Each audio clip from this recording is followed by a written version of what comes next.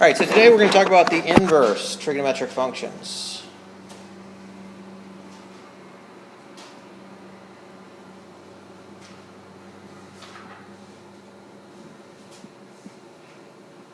Okay, the inverse trig functions.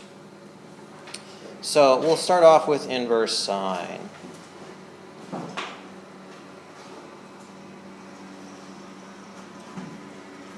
Right, which we say if y is equal to sine of theta,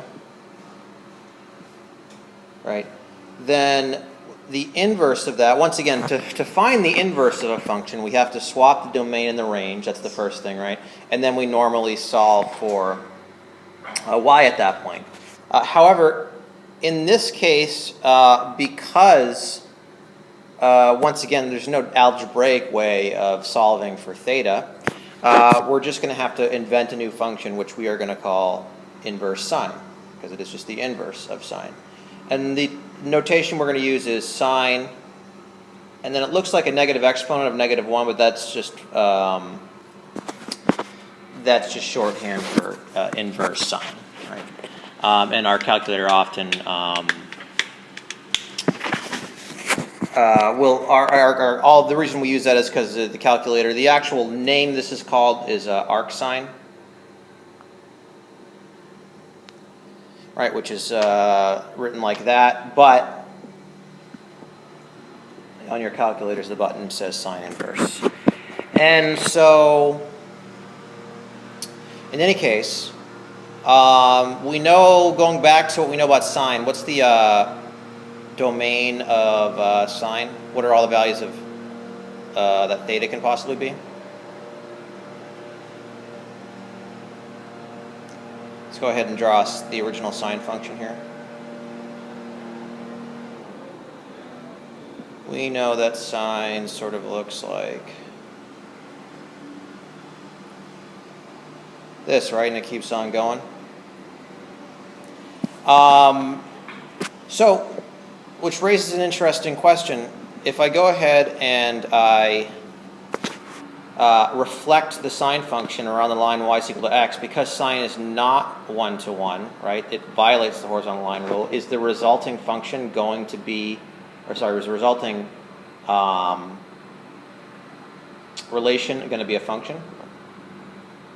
Since sine's not 1-to-1. So, okay, so what we have to do then is to make it so that we can find an inverse that actually is a function, because we really want to work with functions, is we're going to go ahead and restrict the domain of sine.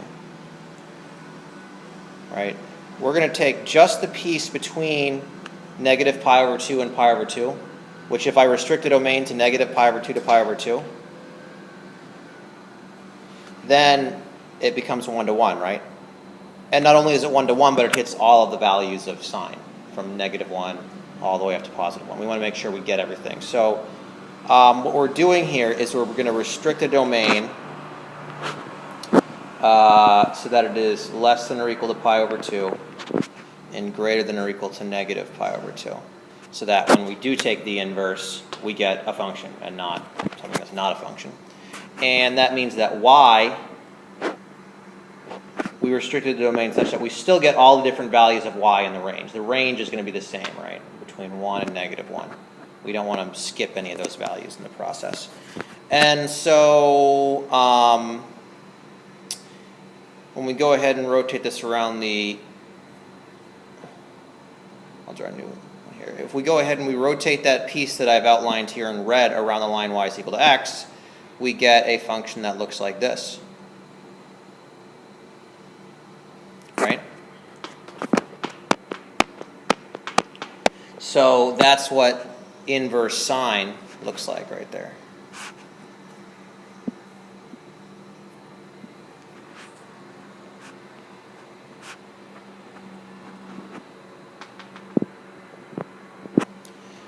If we graph it on our coordinate plane here. So that is the inverse of the sine function. And so we can find values for inverse sine if we would like. Remembering always that the domain, or that the range is between negative. So I should probably talk about that really quickly. So if theta is the range of the original sine function, or sorry, it's the domain of the original sine function, right? So it's the range of inverse sine.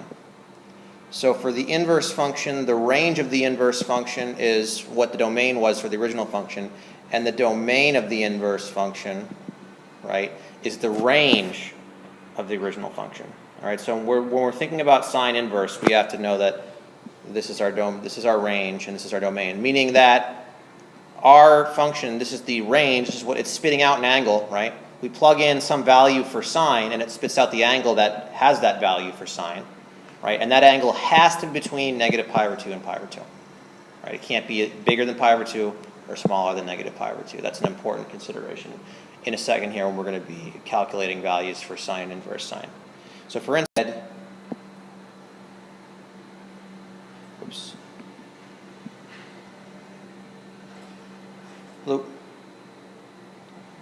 if I said find the exact value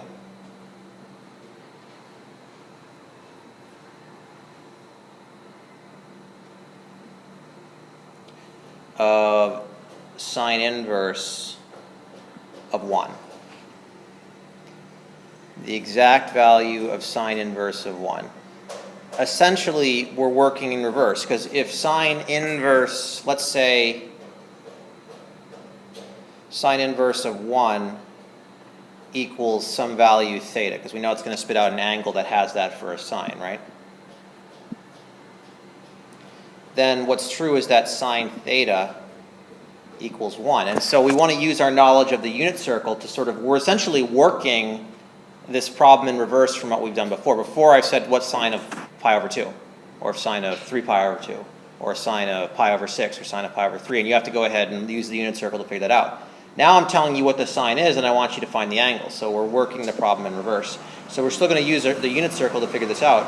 And we're going to say, well, sine is the y-coordinate that the terminal side intersects the x. Intersects the unit circle, right? So where's the y-coordinate along the unit circle? Between negative pi over 2 and pi over 2, right? So from here to here. So where in this section of the circle is the y-coordinate equal to 1? What? 90. So yeah, theta equals pi over 2 then. Right. So you have to look at the unit circle and decide where would we get that value for sine? Where does that have a y-coordinate of 1 in this case? And so it's just, like I said, a matter of working it back and remembering that because the domain was restricted from the original sine, and then the range of sine inverse is between negative pi over 2 and pi over 2. So you could also have said, well, what's 2 pi plus pi over 2? 2 pi plus pi over 2 is 5 pi over 2, right? But that's not in the, but we wouldn't, that couldn't be an answer because that's not between negative pi over 2 and pi over 2. So you got to be careful that you're picking stuff that's within the domain, or sorry, that's within the range of sine inverse. Okay.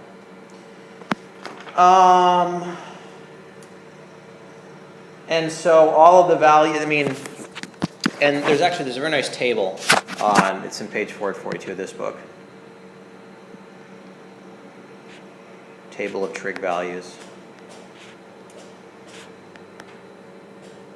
That just gives you all the trig values for the special. It just summarizes and gives all the trig values for the special angles and the quadrantal angles, right? And knowing all of those is really important in terms of figuring out exact values of inverse sine, inverse cosine. So for it's a quadrantal angle, right? If it's either 1 or 0, that's not so difficult. But what if I said find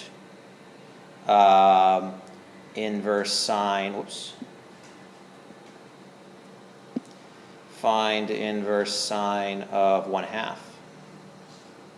for instance. Well, that's a little bit more difficult, right? Because I have to figure out where is that going to be the case, right? And so let's say I just completely forgot I should know my unit circle, my special angle values of sine and cosine on the unit circle, but what if I forgot? How could I sort of figure it out still? right? So we know sine is between negative pi over 2 and pi over 2. So if, so this equals theta, right? So this means that sine theta equals 1/2. And that theta has to be between negative pi over 2 and pi over 2. So first of all, which of the two quadrants in question is pi positive? Sorry, is sine positive? The first one? Yeah, the first quadrant. And so let's just make an angle here. This is our angle theta. All right.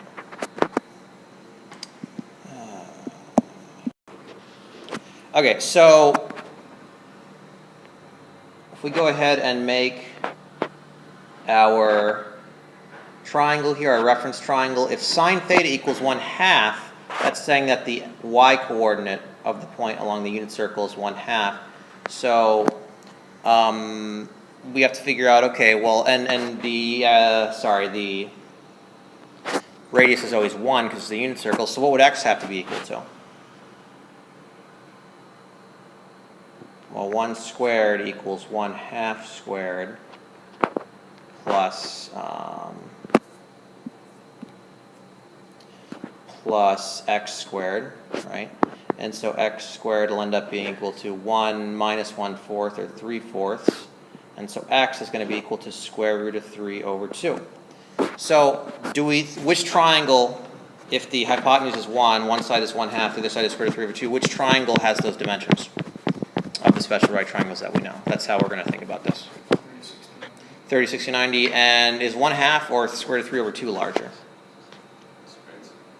So the x side is larger, meaning the angle is going to be the smaller one of the two, so it's got to be, what's theta got to be? 30, yep, pi over 6. Whoops. So it's, give me 1 second here. So theta is going to be pi over 6. So, as I said before, we are going to, for ones where we're asked to find the exact value, we are simply going to go and we know about the unit circle and about the special right triangles to sort of work those in reverse. On occasion, though, you'll be given like the following, where you're asked to find the value of an inverse trig function, and right, negative 1/3 in this instance is not the result of sine of a special angle, right? And so the angle we're going to get is not going to be a special angle. In this case, we must use the calculator.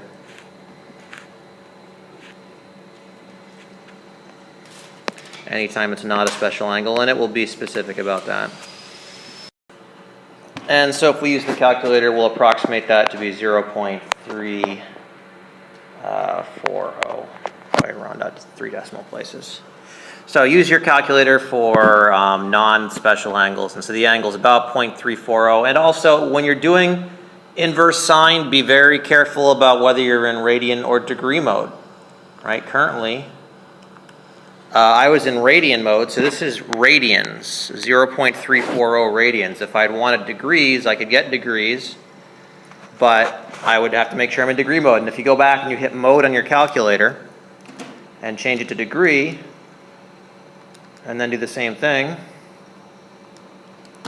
you will see you will get 19.47 degrees, which if you converted 0.34 radians to degrees, you would get 19.47 degrees. So that is something you need to really keep in mind when you're using your calculator to find inverse sine and cosine, is that it is really important what mode you're in. Sine inverse is an inverse trig, is an inverse function, and so we have the composition rules for inverse functions, which are important.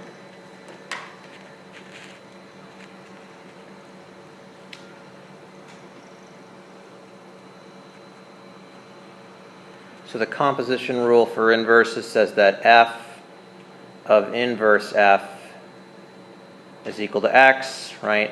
And inverse of f of x also equals x. So if I compose two inverse functions, it always spits out whatever the value on the inside is. And the same thing's true for sine and cosine, right?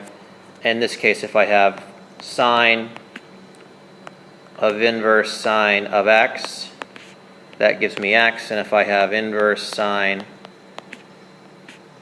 of sine of x, that'll also give me x. If, right, for the first one, if x is between -1 and 1, well, which it has to be, of course. If I try and take, what happens if I try and take sine inverse of like 2?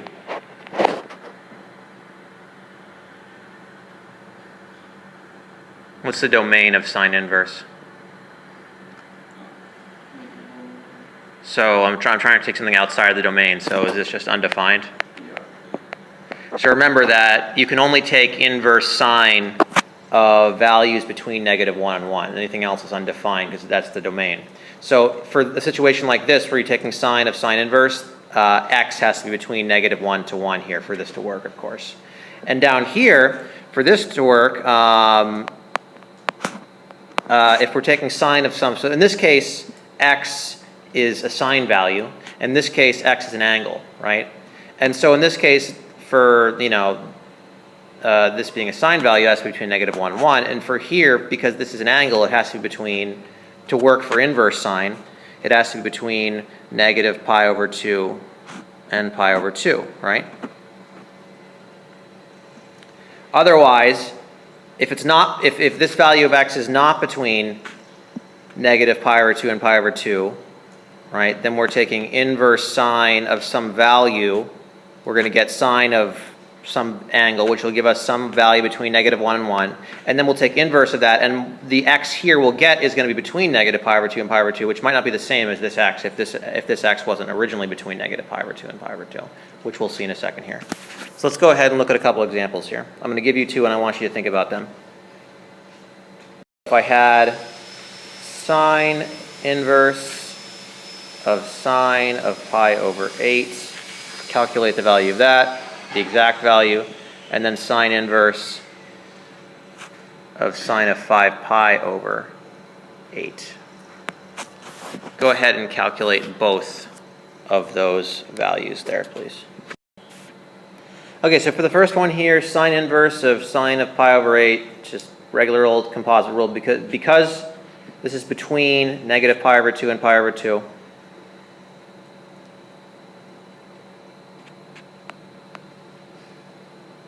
We can just go ahead and apply our composition rule for inverses right away, so that's an easy one.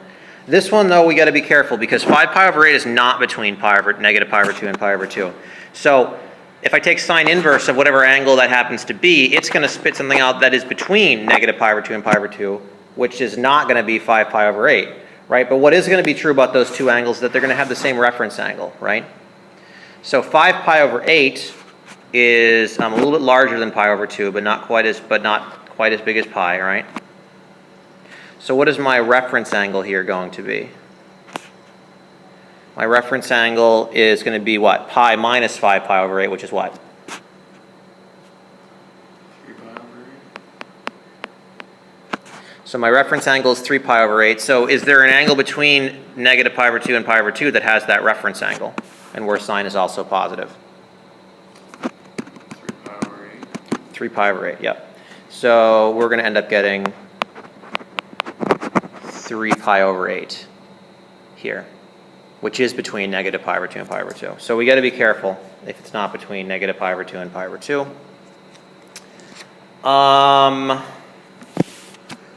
Let's go ahead now and look at inverse cosine. So we have our function y is equal to cosine theta, right? And the inverse of that is that theta equals cosine inverse of y, right? But cosine, we also, just as we did for sine, cosine we know is not a one-to-one function, so we have to do some sort of domain restriction to be able to have the inverse function be a function.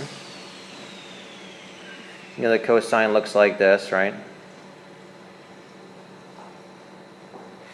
And then it keeps on going. And so what makes sense for a domain restriction for cosine, we want to pick a domain over which cosine is 1 to 1 and hits all of its values. And so a domain that works for that is 0 to pi. Between 0 and pi, we go from 1 all the way down to -1, and we don't repeat. So theta for inverse cosine is going to be between 0 and pi. Right, so it's a different domain than inverse sine. So it's going to spit out, inverse cosine is potentially going to spit out values of theta that could be in the second quadrant, but not any that are in the fourth quadrant like sine does. So we got to be careful to know about that. And of course the range is going to be no different, though. It's still going to be -1 to 1. But we have to know the domain of inverse cosine, just like we know the domain, the range of inverse cosine, just like we should know the range of inverse sine, especially if we're using our calculator, because our calculator is going to give you an angle between 0 and pi here, right? And so if we go ahead and we rotate that around the line y is equal to x, right? We just take just this piece right here and we rotate it around this line right here. What we'll end up with, I'll do it in blue, I guess, it's going to look like this right here. So this is what the graph of inverse cosine is going to look like right there. All right, so there's your inverse cosine, and pretty much all the same exact rules apply for inverse cosine. There's the composition rule. We're still going to use all of the trigonometric values we've had before. So I'm just going to give you a few just to work this. And so find the exact value of the following. Cosine -1 of 0. Cosine -1 of -square root of 2 over 2. And cosine -1 of cosine of pi over 12.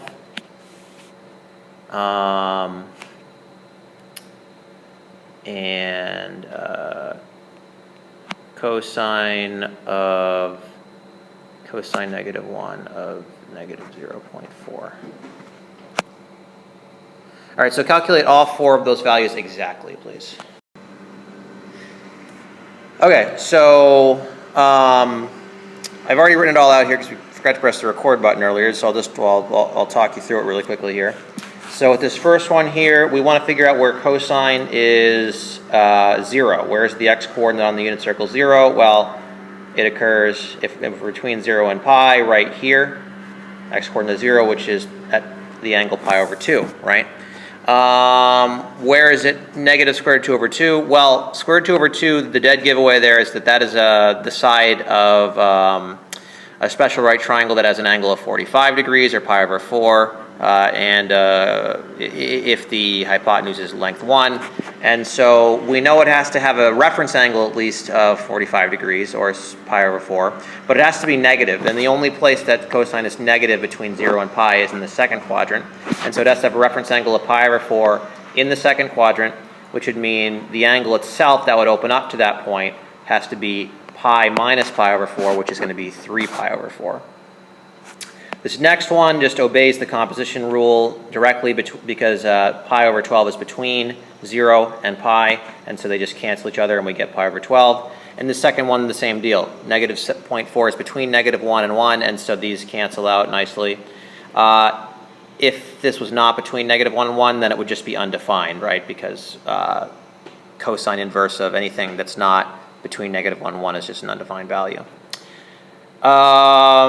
So lastly, as far as inverse cosine is concerned, sometimes if we do cosine inverse of -2 pi over 3 here, and we take cosine of -2 pi over 3 and then cosine inverse of all that, we might not get -2 pi over 3, and we won't in this case because -2 pi over 3 is not between 0 and pi, which is the range of inverse cosine. So it's not going to return negative 2 pi over 3 in this case, because cosine inverse can't give us negative 2 pi over 3. It can only give us values between 0 and pi.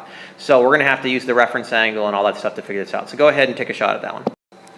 Okay, so when we're looking at this here, what we're going to do is we're just going to figure out what is the reference angle here. So cosine inverse of negative 2 pi over 3. Well, negative 2 pi over 3 puts us right here, right? Here's our unit circle. So we're, negative 2 pi over 3. Oh, I'm sorry. That's not where it's going to put us, actually, because this is greater than pi over 2. It's going to put us in the third quadrant, in fact. And so what's important to know is the reference angle, whatever that happens to be. Right? And so the reference angle in this case is just going to be pi over 3, right? This reference angle right here is going to be pi over 3. And its cosine is negative. So, so we want to find another angle that's between 0 and pi that also has a reference angle of pi over 3. And that is between, and that is also going to give us a negative value for cosine. So we have to go into the second quadrant, and so that angle is going to be positive 2 pi over 3, right? If we open up by positive 2 pi over 3, we have a reference angle of pi over 3, right? And we're in the second quadrant, so cosine, the x-coordinate on the unit circle is negative. And so if we do this, well, instead of getting negative 2 pi over 3, we're going to get positive 2 pi over 3 in this case. Okay? So we just got to be really careful about domain and range of inverse sine, inverse cosine, and any of the inverse functions, really. All right, let's take a quick break. Let's go ahead here and look at inverse tan now. So, of course, just like before, we have y is equal to, if we have y is equal to tan inverse of x, that means that x equals tan of y, right? So y is the angle and x is the value that we get for that angle. Just as before, when we take the inverse of tan, we want to make sure that we restrict the domain of tan so that it's 1 to 1, because we know that tan looks like this, right? Has all these vertical asymptotes here. Whoops. Looks awful.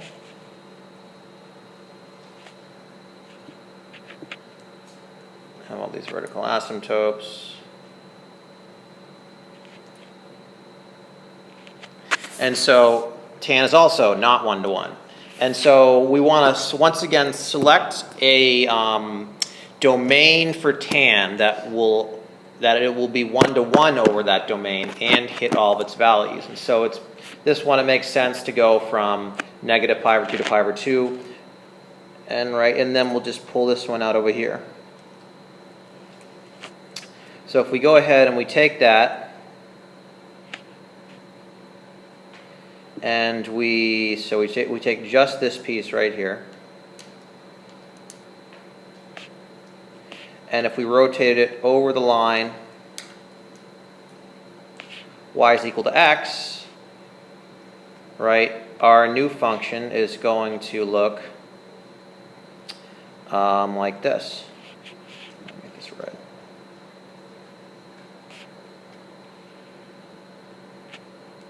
Right? And so instead of having vertical asymptotes, it has horizontal asymptotes at negative pi over 2 and pi over 2. Right? So it will spit out any angle between negative pi over 2 and pi over 2. So in this case, the range, the domain, just as the domain for tan, actually, all the values that tan can be is negative infinity to infinity, right? Oops. Because tan has those vertical asymptotes, right? Tan's y values go from negative infinity to infinity, so the x values of inverse tan go from negative infinity to infinity. And the domain is negative pi over 2 to pi over 2, but not inclusive though. It doesn't include, sorry, that should be y. It doesn't include pi over 2, right? Because we never quite get there, right? We have these, once again, these horizontal asymptotes here, right, at negative pi over 2 and pi over 2. Whoops. Okay, so there's your inverse tan. Of course, it obeys all the same composition rules and everything. And so, just as before, we can go ahead here and use our knowledge of the unit circle and the values for special angles in the unit circle, values of tan. So, for instance, tan negative 1 of 1, sorry, tan inverse, I should say, and tan inverse of negative square root of 3.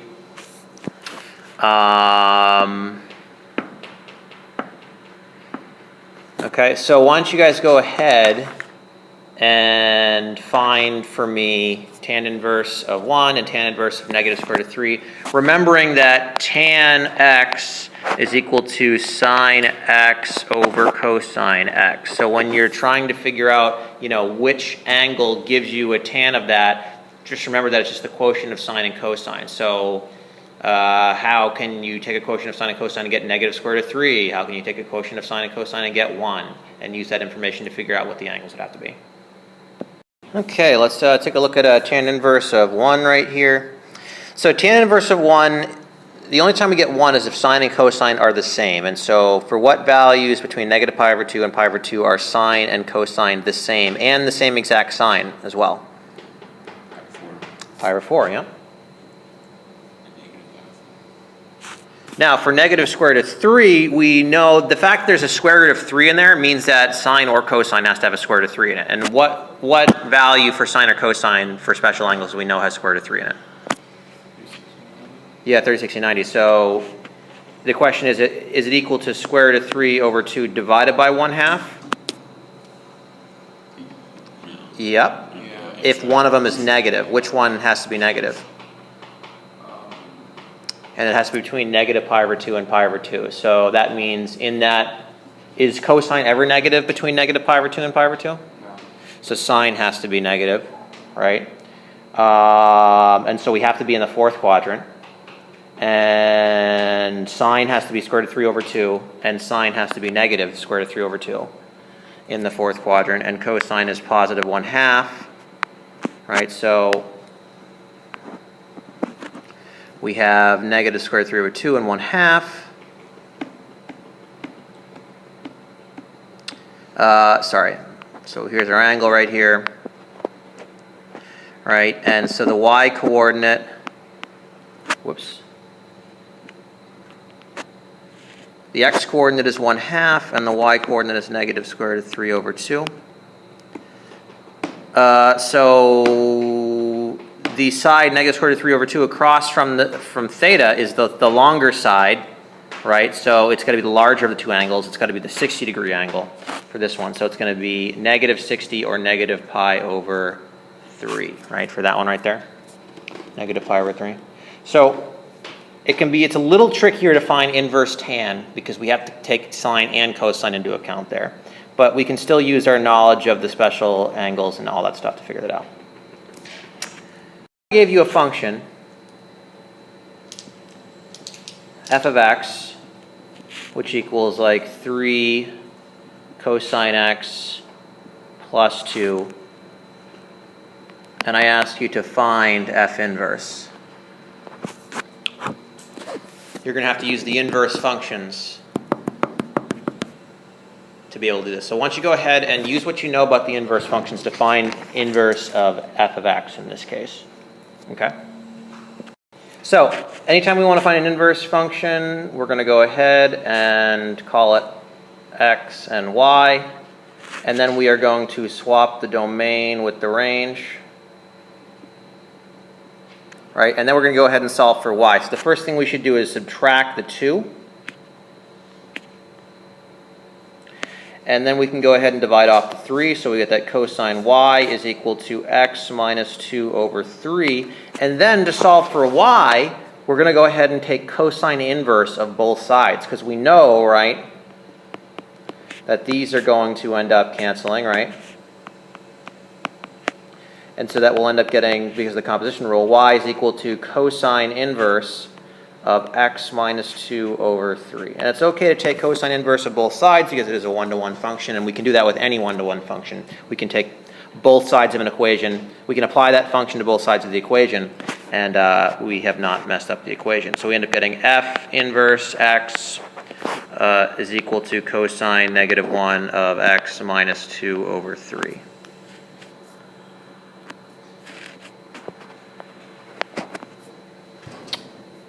All right, so that's how we're going to do that. Lastly, from this section, what if I wanted to solve an equation that involves an inverse function like 3 sine inverse of x equals pi? All right, go ahead and solve that equation, once again using all the things that you know about sine inverse. So what we'll do here is we'll go ahead and first of all divide off that 3. So we get sine inverse of x is equal to pi over 3. And then if I want to solve for x, once again, I'm going to use that composition rule. I'm going to take the sine of both sides of the equation, and I'll get x is equal to sine of pi over 3. And then it's just a matter of figuring out what sine of pi over 3 is, which, if you remember correctly, pi over 3 is 60 degrees. Sine is the y-coordinate. 60 is the bigger angle, so the y-coordinate has to be bigger, meaning it's going to be square root of 3 over 2, right? So that's how we can solve a little basic equation like that using what we know. So square root of 3 over 2 is what x is equal to there. So we talked about the composition rules before in terms of inverse sine of sine or something like that. But what if I compose two functions that aren't inverses of each other, and two trigonometric functions that aren't inverses of each other? How do I deal with that? So for instance, if I have sine of sine of inverse tan of 1/2 in this case, well, how am I going to calculate that value, right? They don't cancel each other because they're not inverses of each other, right?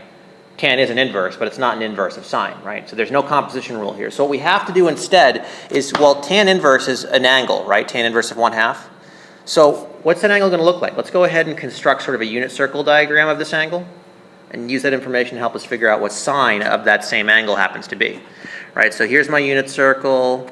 And so tan of negative 1/2, that's going to give me an angle between negative pi over 2 and pi over 2, which is the range of inverse tan, right? And so is it going to be in the first quadrant, or is it going to be in the fourth quadrant if it has to be positive 1/2?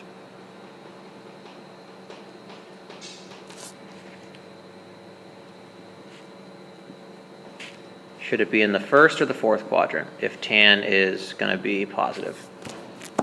First quadrant, yeah. So it's got to be theta is equal to tan inverse of 1/2, and it's got to be somewhere right in this first quadrant here. And so, all right, what we're going to do here is if tan equals 1/2, tan is sine over cosine, which is the x-coordinate of the y-coordinate. So let's just say that the x-coordinate, that this side, the x-coordinate is 2 and the y-coordinate is 1. And so we have side length 1 and side length 2 for our reference triangle.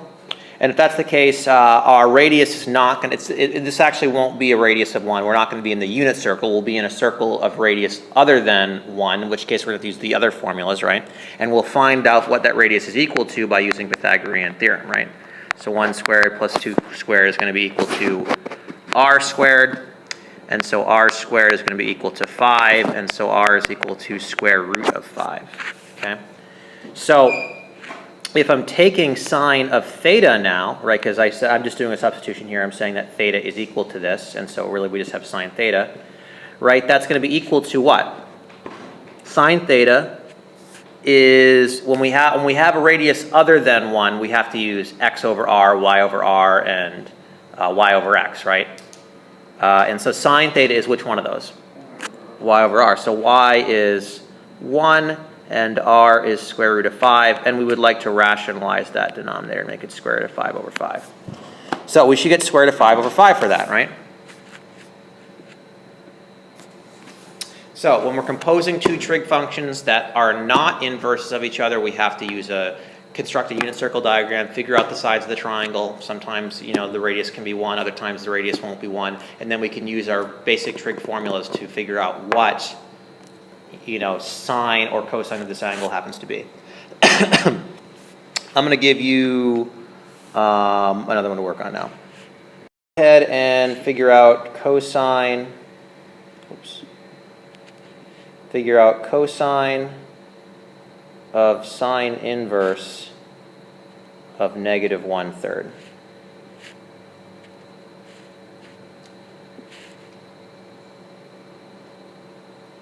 Right? Using a unit circle diagram and all that stuff to calculate that. So let's go ahead and tackle this one. So we're looking at sine inverse of negative 1/3. So we have an angle that's going to end up being between negative pi over 2 and pi over 2 that has a value, that has a y coordinate of negative 1/3. So that's got to be in the fourth quadrant, right? So here's our circle, whether it's a unit circle or not, we'll find out in a second here. And we're going to, because we only have one of the coordinates, we're just going to assume that it's a unit circle. So it's 1, and the y coordinate here is going to be negative 1/3, right? And so we want to figure out the x coordinate, right? And so we're going to do negative 1/3 squared plus x squared equals 1 squared. And so we'll end up getting 1/9. And so, actually, I'm going to go just ahead and solve for x. So x squared will end up being 1 minus 1/9, which will be 8/9. And so x will be equal to square root of 8 over 3, which is 2 square root of 2 over 3 when you rationalize all that. And so we're going to call sine inverse of negative 1/3 equal to theta, right? And so we end up just having cosine of whatever angle theta this happens to be here, right? Which is just the x coordinate, which is 2 square root of 2 over 3. That should be your solution right there. Make sure you reduce all of your square roots in the process there. All right, so the last topic for today is there is an inverse of secant. There is an inverse of cosecant. And there is an inverse of cotangent. All right, for secant and cosecant, they have the same domain and range as the functions they are reciprocals of, as cosine and sine. So secant has the same domain and range as cosine, and cosecant has the same domain and range as sine. Cotangent is a little different though. Cotangent, the domain of cotangent is still negative infinity to infinity, just like it is for tangent.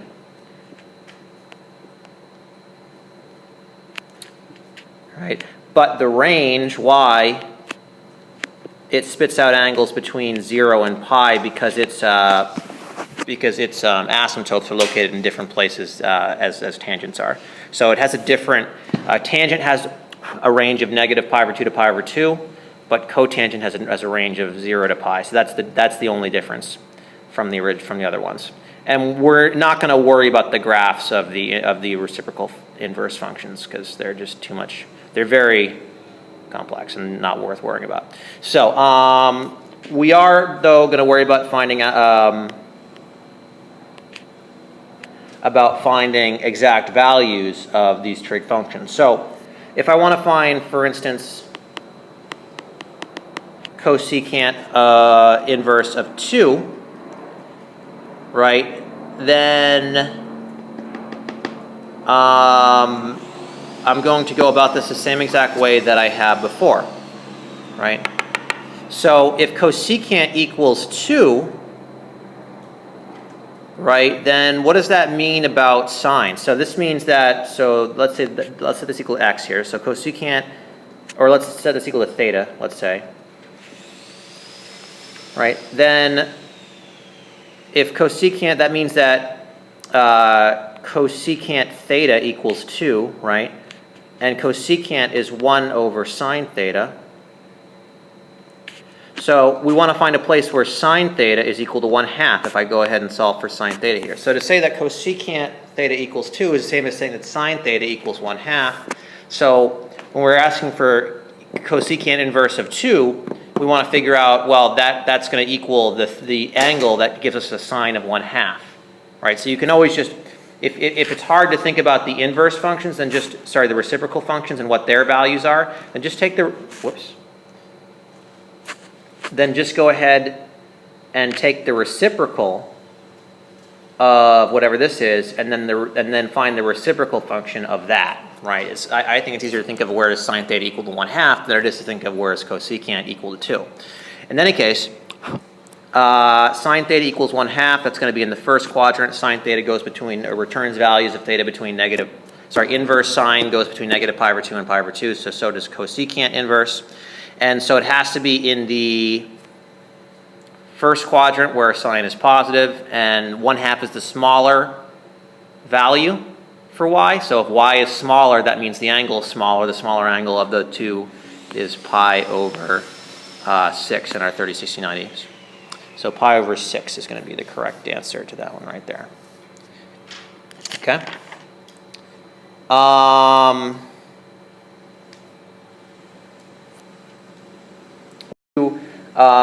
Calculate these inverse trig functions in our calculator as well if they aren't results of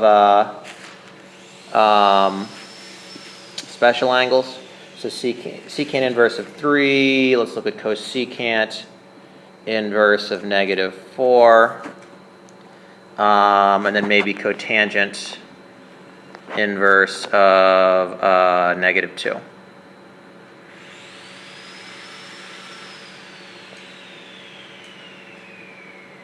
Okay. So, to be able to do this, what we're going to do instead, since the thing about this is we don't have, so on our calculator, sine inverse and cosine inverse and tan inverse are just the second functions to sine, cosine, and tangent. We don't have a secant inverse or a cosecant inverse or a cotangent inverse button on our calculator though. And so what we have to do is to find approximate values for these on our calculator, we have to go ahead and be a little clever here. So for secant inverse of 3, I'm going to do the same thing I did before, right? We had secant inverse of 3 is equal to theta, right? That means that secant theta is equal to 3, right? And so that means 1 over, I'm going to get everything in terms of sine and cosine here. 1 over cosine is equal to 3, and so that means that cosine theta is equal to 1 over 3, and so theta is going to be equal to inverse cosine of 1/3, which we can do in our calculator, and so we'll do inverse cosine of 1/3 here, and we'll get 70.53 degrees if we're in degree mode. Oops.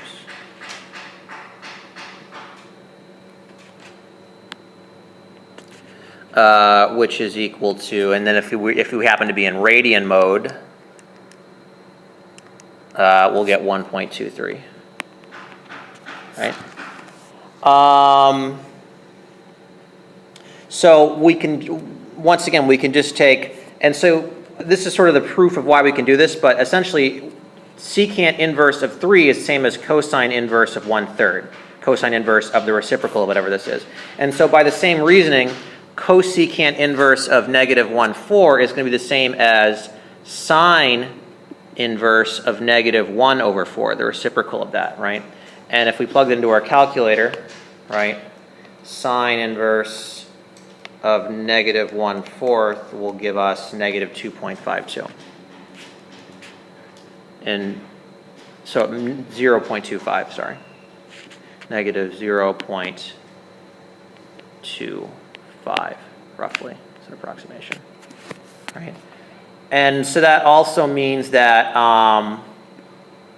cotangent inverse of 1/2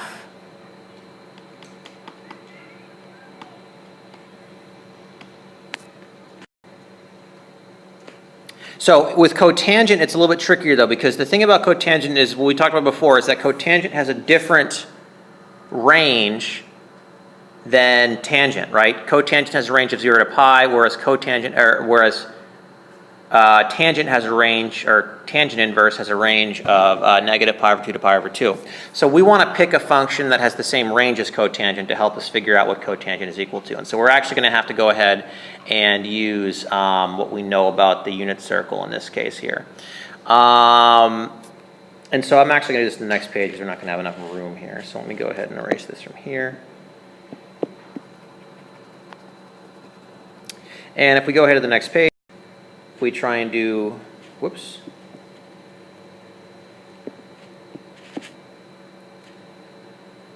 Cotan of negative 2, right? We have to, like I said, it's trickier because we have to use inverse cosine here, because inverse cosine has the same range. And we need to, for this to work, the functions have to have the same range. So I can't use tan inverse to figure out cotan inverse, right? Whoops, should be an inverse right there. And so what I'm going to do is I'm going to make my unit circle. And if cotan is negative 1 is negative 2, or so if we're taking cotan of negative 2, that has to be an angle between 0 and pi. And if cotan is negative, that means it has to be in the second quadrant, right, if it's negative 2 there. And so let's say this is our angle right here, our angle theta, right? And so if cotan's negative 2, what we could have is, well, sine has to be positive and cosine has to be negative. We know that cotan is equal to x over y, right? So x has to be negative, so this we could just call this negative 2 over 1, right? And have the x coordinate be negative 2 and the y coordinate be 1. And then we have to figure out what our r value is, what our new radius is, because this is not going to be a unit circle in this case. So we get r squared is equal to negative 2 squared plus 1 squared. And so we'll end up getting that r squared is equal to 5. So r is equal to square root of 5, right? And so if cotan negative 1 of negative 2 over 1, right, is going to be the same as, well, what's cosine going to be here in this case? Cosine theta will equal what? If r is equal to square root of 5 and x is equal to negative 2. What's cosine equal to? Negative 2, yeah. Well, negative 2 over square root of 5, right, because the radius is in 1. And so we'll get negative 2 square root of 5 over 5 when we rationalize the denominator. Right? And so cotan negative 1 is equal to this angle theta here, right? That's going to be the same as inverse cosine of negative 2 square root of 5 over 5. Would you agree? Because these both, this is the cosine for this angle, and this is the cotangent for this angle. In both cases, these spit out whatever that angle happens to be, so it has to be the same angle. And so this we can calculate it with our, we can plug it into our calculator, and determine that, get a nice approximate value on our calculator. And if we do that, we'll end up getting 2.68, roughly. So, calculating cotan inverse for angles that aren't, or for values that aren't from special angles is a little bit more difficult, and that's radians, by the way. And be very careful and always paying attention to what your units are when you're using the inverse trig functions. So, why don't you guys go ahead and do one on your own. Go ahead and find cotan inverse of 1/2 for me. using that same process, you have to use cosine inverse. So you have to draw your draw your circle, and use that to determine what the cosine value would be, and then use cosine inverse of that to determine what cosine or cotangent inverse is. All right, forgot to hit record one more time here, so let me explain this. So as before, go ahead and make our unit circle, draw our angle. It has to be in the first quadrant. Cotangent returns angles between 0 and pi. If cotangent is positive, that means it has to be in the first quadrant. That's the only of those two that's positive. So our angle's got to be somewhere in the first quadrant. Cotangent is equal to x over y, so if it's 1/2, x could be 1, y could be 2, and then I have to figure out what r is at that point. So I go ahead and set up my Pythagorean theorem here for my reference triangle and solve for r, and I get square root of 5. And so cosine theta is equal to x over r, which is 1 over square root of 5. I'm going to rationalize the denominator and make it square root of 5 over 5. So once again, because we're talking about the same angle here, theta in both cases, cotangent inverse of 1/2 will be the same as cosine inverse of square root of 5 over 5, right? Because these are both from the same angle. And so this we can do in our calculator, and it will give us 1.11. But the big takeaway is that we have to use cosine inverse. Again, we can't use tan inverse to figure out cotangent inverse because they have different ranges, right? So cotangent's a special case. All right, your homework for tonight is on the next page. So there's the homework for tonight. It's all from a new handout. There's sort of two parts to the handout, but they're all emailed. They'll all be emailed together today. And just as a reminder, once again, no class Wednesday through Friday this week because I'm going to be away, but we will have class again tomorrow. All right, have a good day, everyone. We'll see you tomorrow.